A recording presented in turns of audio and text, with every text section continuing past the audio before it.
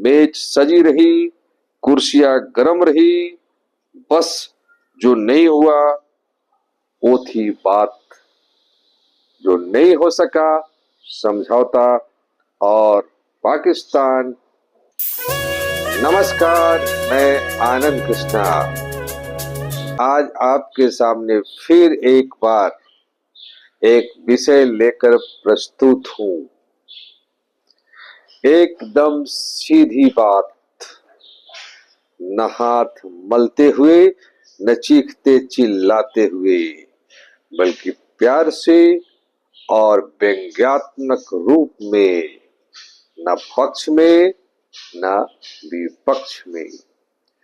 चलिए, आज का विषय है जो इस्लामाबाद में अमेरिका और ईरान के बीच में जो समझौते पर बात हो रही थी, ये युद्ध को कैसे रोका जाए, इस पर बात हो रही थी।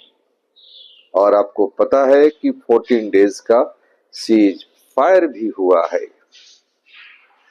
ये समझौता का जो प्रयास था वो विफल हो गया।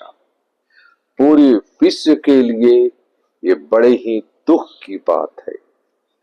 शांति की बात फेल हो गई। चलिए, इस पर हम आगे बात करेंगे। और आगे बढ़ने से पहले फिर वही पुराना आपसे, आप अगर मेरे चैनल पर नए हैं तो इसे सब्सक्राइब करें, लाइक करें, शेयर करें। व्यूअर्स, चलिए, चाय, समोसे और कूटनीति की विदाई, ये हमारा शीर्षक है। ये जो मीटिंग हो रही थी इस्लामाबाद में, ये बात करते हैं। एक ब्रेकिंग न्यूज है, इस्लामाबाद से वार्ता विफल हो गई। जी हाँ, जिस मेज पर गल्फ कंट्रीज का भविष्य टिका था, उस मेज पर अब सिर्फ खाली कप और समोसे की चटनी के दाग बचे हैं। हमारे रिपोर्टर, हमने काल्पनिक नाम दिया है, खोजूराम, वहां मौजूद है। खोजू, क्या वहां शांति की कोई गुंजाइश बची है या सब चाय की भात की तरह उड़ गए? चलिए, इस्लामाबाद से रिपोर्टिंग हो रही है। खोजूराम पसीना पोंछते हुए बोलते हैं, देखिए एंकर साहब, शांति की उम्मीद तो उतनी ही है जितनी इस्लामाबाद की सड़कों पर ट्रैफिक नियमों की। यहाँ पिछले घंटों से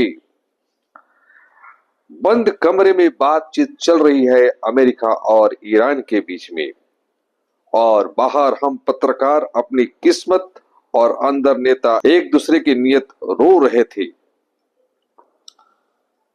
तो बताइए, लेकिन हुआ क्या?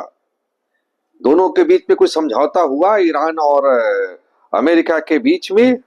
खोजूराम बोल रहे हैं, बयान कैसा आता है, क्या बोलते हैं? सूत्र बता रहे हैं कि आधे वक्त तो इस बात पर बहस हुई कि चाय पहले कौन पिएगा। आधे वक्त तक इस बात पर बहस हुई कि चाय पहले कौन पिएगा। फिर मुद्दा उठा कि भाई, ये जो स्ट्रेट ऑफ हॉर्मुज है उस पर क्या किया जाए, या यहां पर जो स्थिति खराब है और ये जो समोसा है वो कितना स्वादिष्ट है, इस पर बात की जाए। अंत में जो सहमति बनी ईरान और अमेरिका के बीच में कि हम किसी बात पर सहमत नहीं हो सकते। चलिए, हम बात करते हैं विफलता के। जो विफल हुई यह वार्ता अमेरिका और ईरान के बीच में, जिसकी मेजबानी पाकिस्तान कर रहा था, तो उसकी क्या है विफलता के मुख्य कारण?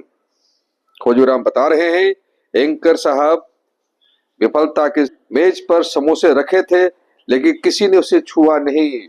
जैसे लग रहा था कि स्ट्रेट ऑफ हॉर्मुज में जो बारूद बिछाया गया है वैसा ही है। सबको डर था कि अगर पहले समोसा उठाया तो इसे कमजोरी माना जाएगा या विस्फोट हो सकता है।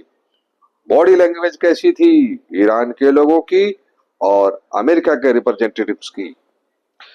दोनों तरफ के नेता एक दूसरे को ऐसे देख रहे थे जैसे मोहल्ले की दो आंटियां एक दूसरे की नई साड़ी देख रही हो। ऊपर से मुस्कान, अंदर से ये यहाँ क्यों आया है, ये यहाँ क्यों आया है, ये हमारी बात मानेगा कि नहीं मानेगा। और फिर तारीख पर तारीख, अंत में तय हुआ कि अगली बार फिर मिलेंगे ताकि जनता को लगे कि सरकारें काम कर रही है और होटलों का बिल बनता रहे। यानी जनता के बीच में जो थी कि शांति हो जाएगी। तो हमारे रिपोर्टर खोजूराम बता रहे हैं, खाली नहीं रहे साहब, जनता को उम्मीद का नया झुनझुना मिला है।